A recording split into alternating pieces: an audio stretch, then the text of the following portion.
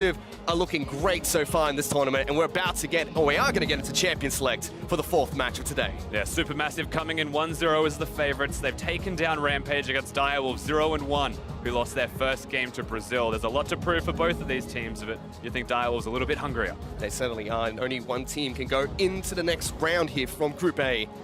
Supermassive, with that single win, are looking to try and storm ahead with 2 wins like you mentioned. Direwolves need to try and fight back as soon as they possibly can, but already have a couple of bans coming through for both these teams. Rumble and Ivan taken off the table as first pick potential for Supermassive, whereas Ash and Graves have been banned out by the Direwolves. Yeah, Chippy is formerly not a very good Rumble, has practiced it a ton and is now a ban-worthy champion from him. The Ivern shows that Supermassive don't actually want to first pick it for themselves. They don't value it as highly as perhaps something like the Lulu that they would put a higher priority towards. Again, both bottom lanes have played the exact same champions of choice in their one respective games. And with Varus being banned out as the final ban from Supermassive, we're not going to see those very high utility bot lane AD carries, and Shen is the final ban that gets taken away by the Direwolves. Instant first pick lock-in for Supermassive will be the Caitlyn. You have to wonder the Caitlyn over the Lulu. You would expect the Direwolves will see that and just immediately lock it in, prevent the Caitlyn Lulu lane from existing.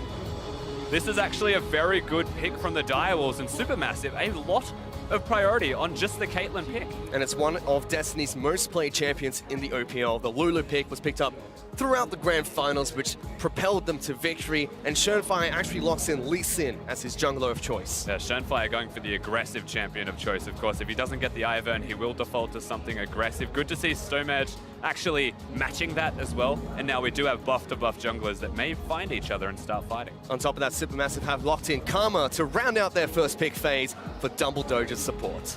Yeah, Caitlyn Karma definitely a strong lane, even with the Lulu taken away from Destiny in this case. There's still a lot of options there for Direwolves. It is curious, however, that they go for the Ezreal. Yeah, King is known for his Ezreal play, but pairing them up with Lulu, not quite common at the moment. And it's into a Caitlyn Karma, so they've given one of the hardest champions to actually get through laning phase on in the Ezreal to King, in a lane where we said they need to actually perform against their opponents. Is Zeitnot's the big carrier of this team right now, the MVP of the TCL, needs to be respected. However, this just puts a lot more onus on Destiny on the Lulu. And again, we already mentioned Supermassive able to dominate their bottom lane with the Caitlyn in their last match, whereas Direwolves, they faltered in the bottom lane. First blood was picked up by the opposing support against Destiny, and from there on, the bottom lane was just sacked by the Direwolves. Absolutely right. So as we move through these next respective bans, we're starting to see a bit of focus towards different lanes. No one has a single focus, even though the roles are shared. They just want to be careful, you know, get the roles of the champions that they want for themselves. Yep, and with those bans, it's going to be Talia and Galio from the start of the Direwolves. Fabulous already had 1 game on that champion. Syndra and Kennen have been banned out by Supermassive, and an instant lock-in of Fizz for Chippies in the top lane. So they're locking the Fizz. Fabulous can default to something like a Gragas, which actually has a decent laning phase against the Fizz. There's a chance that, again, he has some kind of counter that he would like to play for himself respectively. So we'll have to keep our eyes on where Supermassive want to go with their top lane, but they will have to reveal it in at least these next 2 picks, and that means they get a counter pick on the mid lane here, Direwolves, as well. And Supermassive have already shown what their mid lane pick is going to be. Naru will be picking up Orianna heading into this game. I believe it's the first time we've seen it this tournament. Has been a very popular pick in this meta. One of those champions that can, again, augment the strength of your AD carry whilst also being able to carry yourselves. We don't have an assassin from that role or anything like that in particular, just a much more stock standard champion. And finally, Nodus has been picked up despite his recent nerfs to his Riptide, as Fabulous will be taking that to the top lane. Now remember last time that we saw Supermassive, they played the Ivern, they played it super slow, they scaled around their AD carry, but this time around, they've gone for a much more standard team fighting type of composition, only marginal amounts of pick. It is all about protecting their team. And finally, last pick for the Direwolves should be their mid lane pick for Fantix, unless we see a flex of the Fizz.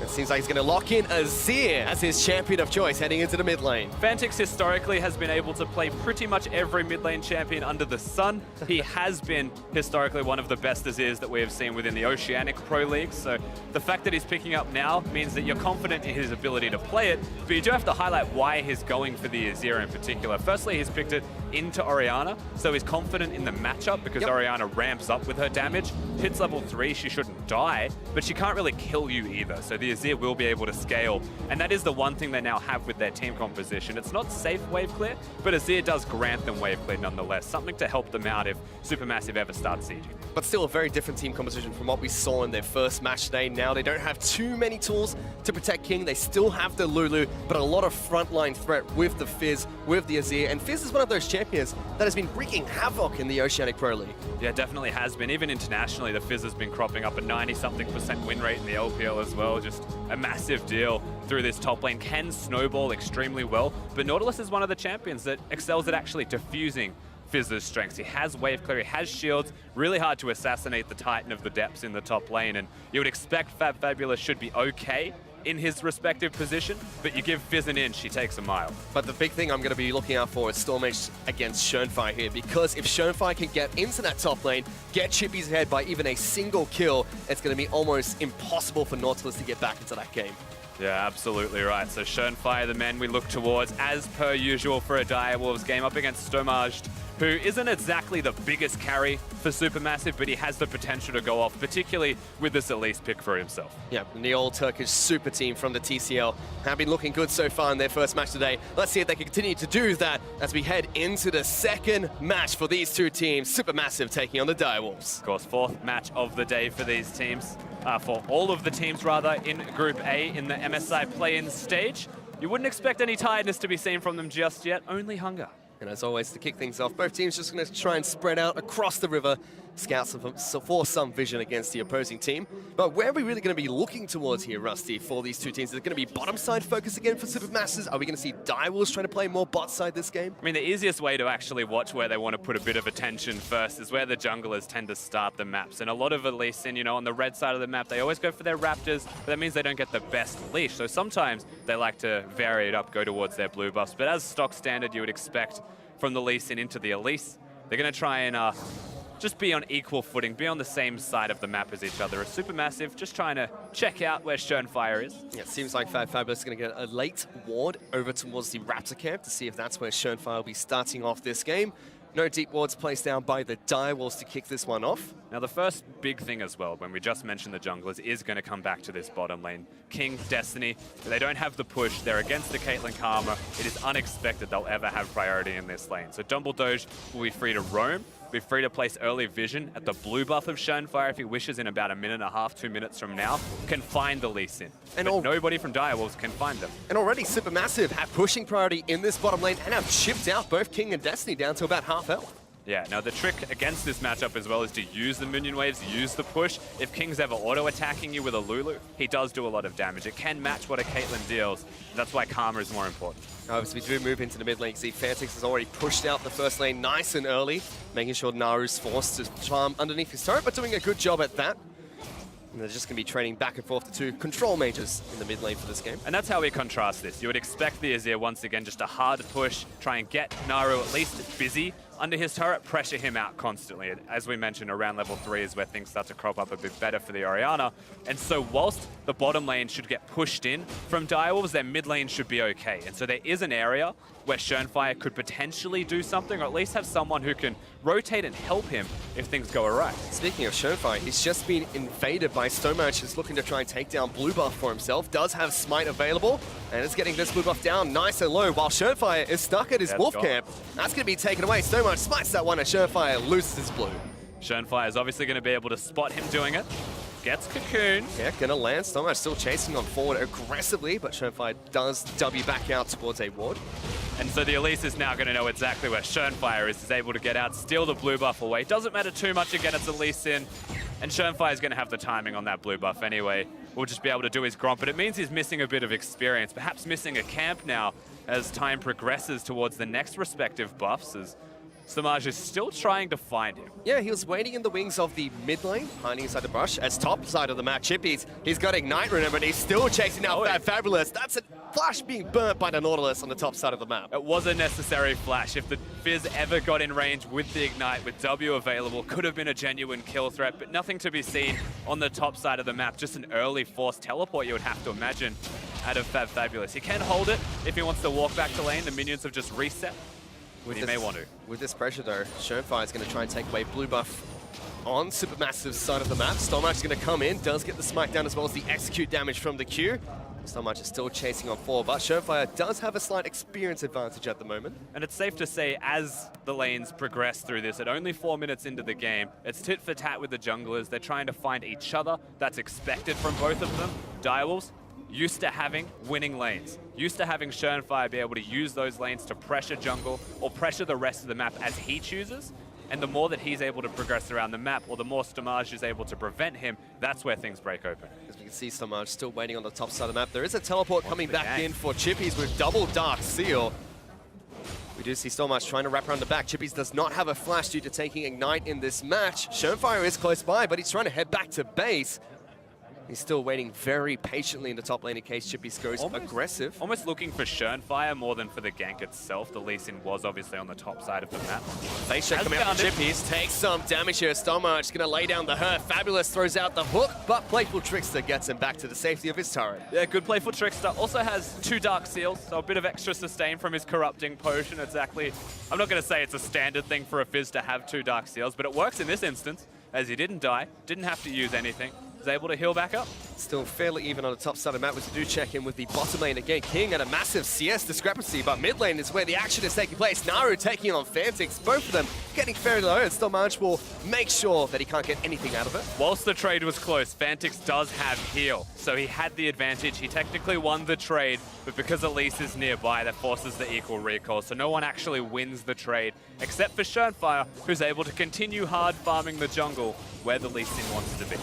King's gonna step on a track, takes so much damage. Arcane shifts out after all the damage has been dealt as well. Zagnot and Dumbledore have been doing fantastically in this bottom lane. Again, expected through draft, but also they are doing it. So it's safe to say they're performing well in the 2v2. They've got the momentum from their previous victory, and Zagnot on the Caitlyn has that momentum. They first picked it through the draft phase, so give me Caitlyn and I will carry. Whereas top side of map, Fabulous again being engaged upon by Chippies. Gets a grasp of the Undying proc there. That's Fabulous already down to half health with his double door on the ring. That damage is dirty fish. Fizz is a nasty creature. Certainly is, and Chippies playing him well, but Fabulous has stayed fairly even in CS. In fact, with a big wave pushing on towards his turret, might be able to creep ahead of Chippies. Yeah, perhaps, and that's all the Nautilus really wants to do. The other big bonus that a Nautilus is meant to provide is the ability to clear waves. With the Riptide, of course, has a slight nerf on this patch, but he's staying at full mana anyway, choosing not to push those waves, not to fight Chippies, because perhaps it's that these junglers on the opposite side. There's a collapse though, as that's actually Stormmarch clashing on towards Surnefire. Sorry, Fantix, who just scoops away and throws the ultimate at the Spiderlings. Thanks for the 10 gold. Now Destiny's going to try and turn Stormmarch into a critter, kicks him backwards. Elise being taken down. Surnefire picks up first blood. Big rotation out of Destiny in particular. The ultimate was there. These two need to stop fighting so I can talk. Really good rotation out of Direwolves, honestly, as a 3-man unit. Nowhere to be seen is Dumbledore on this Karma. If you've got a pushing lane, you're meant to be able to rotate around the map, but really good use of back timings to get the roam off. And Surnefire now trying to creep around the backside of Fabulous outer turret. Instead, just takes away Gromp as King returns into the bottom lane to continue farming against Zagnot and Dumbledore, who's still having a great bottom lane, about 20 CS ahead of the Ezreal. And this is where Direwolves want to be. Contrasting this to their first game of the day, they were losing their lanes, their jungle was suffering, and the jungler of the Brazil side was just rotating around, making the lanes worse. Surnefire now 1-0, CS advantage, is in a strong position. The bottom lane's just utility anyway, they always have been. This is that opportunity for Direwolves to show their strengths, not just their weaknesses. But right now, we're looking at their weakness. And this is the first split that we've really seen the Direwolves have a very utility-focused bottom lane. King and Destiny were known to be big playmakers. Destiny's known for his Thresh. King known to play hyper carries and be really aggressive in lane. But now that they have Fantix and Chippies playing so aggressive in their solo lanes, they defaulted back into these utility picks. Whereas Zagnot and Dumbledore, they can do that too, but they're just so good in the lane itself. And you know, most curiously, whilst we see Fantix get this blue buff, is that his opponent Naru has gone straight for Sorcerer's Shoes, which isn't your stock standard item build for an Orianna either. The reason you usually see, you know, a Lost Chapter or something for mana regeneration, go cooldown reduction or magic resistance if you're losing lane. But he's gone Sorcerer's Shoes. He wants the shockwaves that hit to be really meaningful at like the level 6 mark, at the level 7 mark before they hit 11 and get completed items. Unfortunately for him, as the shockwave came out, there was no kill. Still technically has an item advantage over Fantix, thanks to the fact that he only has his brown boots. Both of them have the double ring as well as the amplifying tone. We do see Stormage now moving down towards the bottom side of the map. King and Destiny still having difficulty farming in this lane as Dumbledore and say, no, keep trading back and forth. Chippy's trouble. Throws out the fish in the top side of the map. Fabulous gets knocked up. Ignite is still available, decides not to go deep underneath the turret. Maybe some flashbacks from his turret dive in the last match they played. Yeah, has got the early sheen, so you can see the damage trades there favoring. However, on the bottom side of the map, they are looking for the structure. Again, the thing that took apart the Direwolves. If they look for kills, their opponents are taking structures, taking objectives, beating them on that macro level. Where's Shonefire waiting in the wings on the mid lane? There's the slide coming from Fantix. Knocks Oriana back in. The shockwave will pull Fantix into the turret range. Teleports. And the teleport's coming in. Stormage locks down Fantix. That's going to be the first kill for Supermassive. Shonefire's trying to hop, skip, and jump his way away. But the Spider's going to close on in and pick up a double kill for Supermassive. And played excellently by Naru as well, able to get the shockwave off. That was a really aggressive choice from the mid laner and jungle of Direwolves to try and actually go for the flash Azir ultimate, when Lee Sin was nowhere to be seen. He wasn't even on your screen. He had to come in as soon as he could, but that was too little too late. Naru had flash. Aggressive, but too aggressive. Now Stormage looking to try and lock down Chippies, doesn't get the cocoon off, and on top of that, during that fight mid lane, Supermassive took down bottom lane outer turret. Yeah, all that pressure. We get to see this one again in the mid lane as well. No Lee Sin. He's not here at all. Shows up, the Q comes out, but the flash timing was perfect. And again, bringing them under the turret. The collapse, the teleport also forcing a directional change with Stormage here. They're able to lock down these kills. Fabulous, just by using the flash ultimate, there was no escape for Lee Sin. So double kill picked up for the Elise, and Supermassive have a 1,000 gold lead over the Direwolves just 10 minutes into this match. King doesn't have a outer turret to fall back to anymore in this bottom lane, as Supermassive do rotate their bottom lane AD carry and support towards the top side of the map, keeping Fabulous down in the bottom lane to deal with King and Destiny. They make the standard rotation after getting the bottom outer turret. However, Direwolves have not made that rotation. They're putting all of their eggs towards the bottom basket. They want to go for the turret themselves. Zone away the Nautilus, keep him from the structure. Only has magic resistance, so he would still die to a gank from 3 people. And they want to perhaps race them for the turret trades because they've got the extra member hitting the structures. Smash is here though.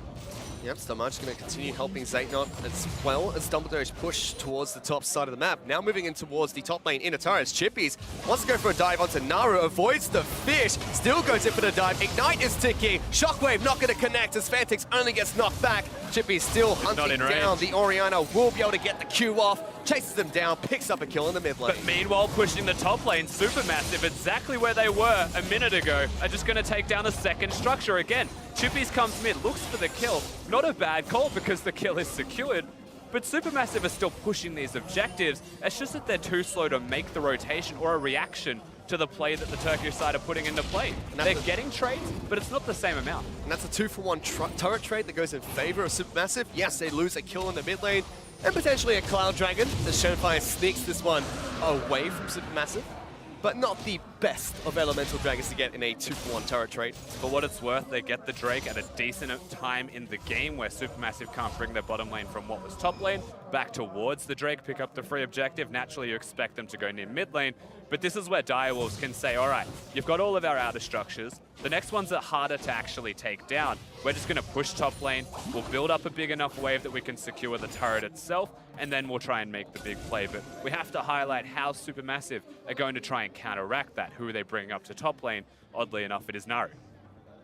So Naru will be trying to farm up against King and Destiny, who are still pushing top side of the map. Zaytnot and Dumbledore have been brought into the lane with the final outer turret that's remaining for the Direwolves.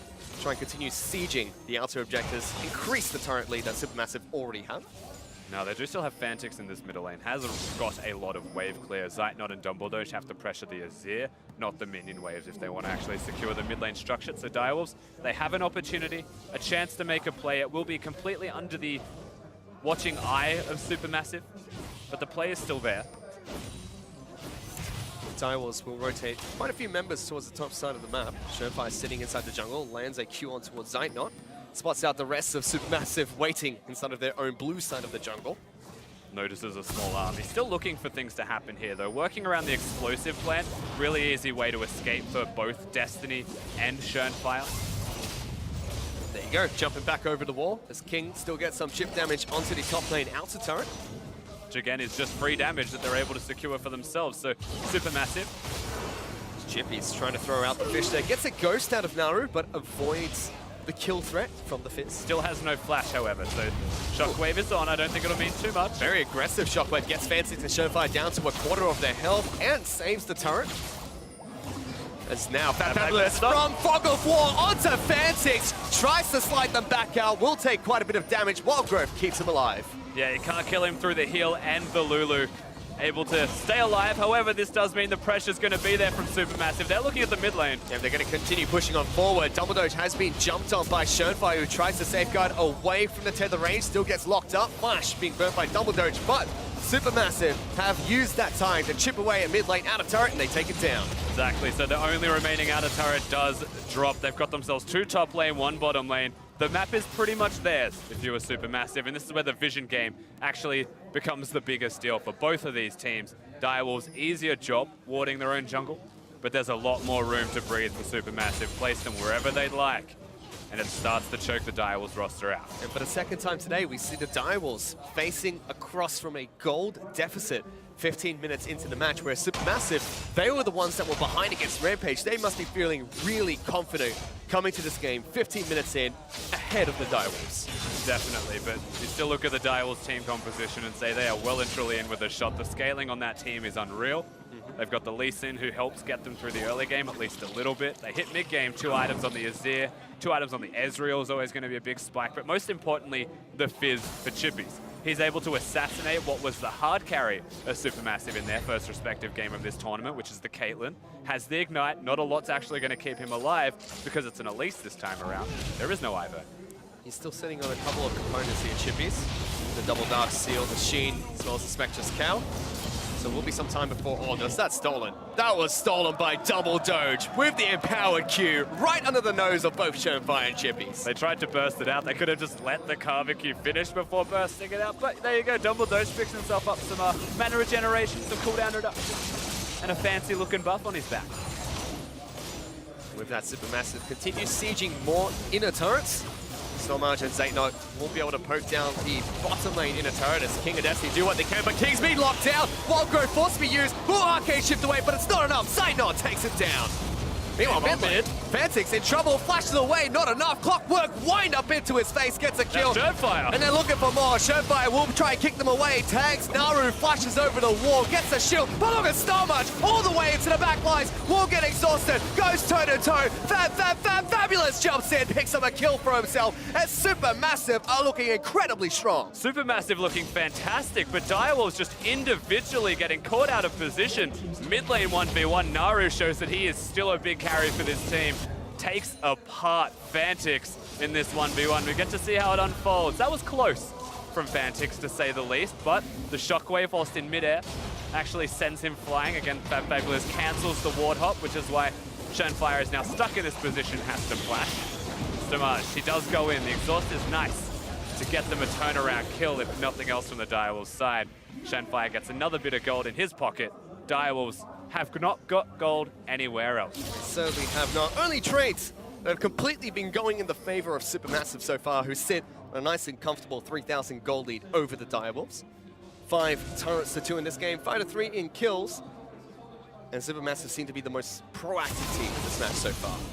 Yeah, definitely. Fantix on this Azir, just not showing up as much as you would like from him on the champion.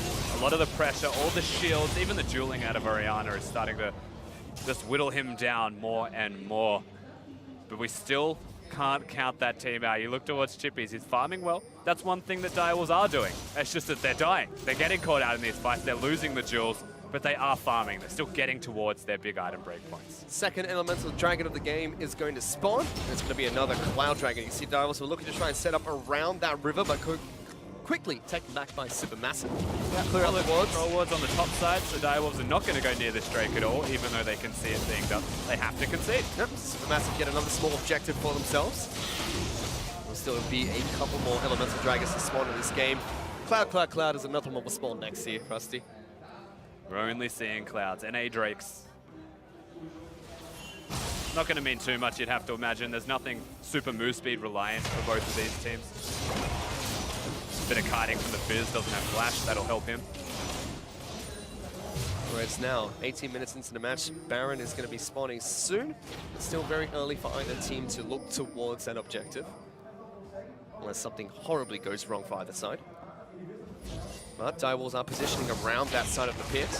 Whereas Supermassive moving more towards the bottom side of the map. Naru actually staying in Fog of War as he looks to try and clear out the top lane wave that is pushing quite aggressively for the Direwolves. They're fighting in this mid lane. Top lane. They've got Nautilus bottom who's rotating up now. So this is a window of opportunity for Direwolves to go for a turret or make a play if they choose.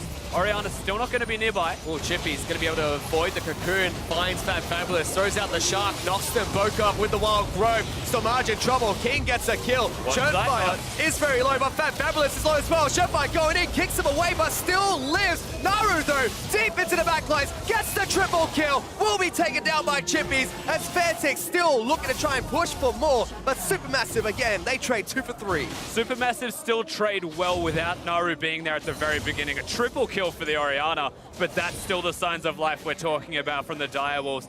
Catching Supermassive sleeping, making the most out of it, still getting a turret trade at the end of the day, actually in their favor, whilst they get all of these kills. It's a big fight from Naru. We will get to see what the Oriana actually breaks out here. But firstly, the fish hitting with the Lulu combo. Chippies is completely indomitable, and Churnfire tries his best to assassinate Zeitnot, but kicking him away living. Close, not enough.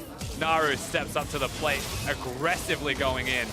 Good shockwave, and trying to pick it up the slack of his team. In the middle of the chaos, still able to jump straight into the back lines of the Direwolves, knowing that he can take down Churnfire as well, who was so close to killing Zeitnot, who jumped in so aggressively into the back lines as well. That's where the karma comes to play.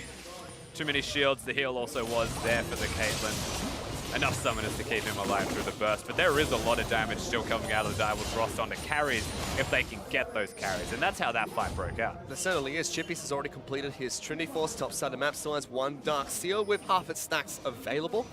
Nash of Soup completed as well for Fantix. King has gone for the Blade of Ruin King into the Manamune.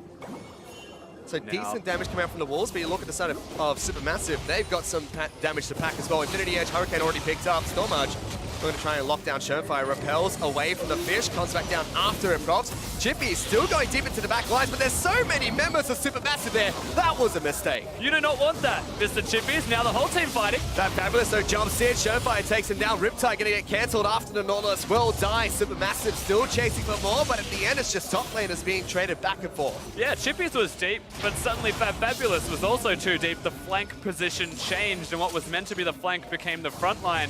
Caught out of position. Direwolves still want this inside track. They still want mid lane, and they are basically just bringing out the good old-fashioned Oceanic ARAM against Supermassive. Yeah, Fantix already put down a turret in the mid lane to make sure that Supermassive can't push out too efficiently or fight them close deep inside of their base. Churnfire decided to go away from the team and is farming up the rest of his jungle.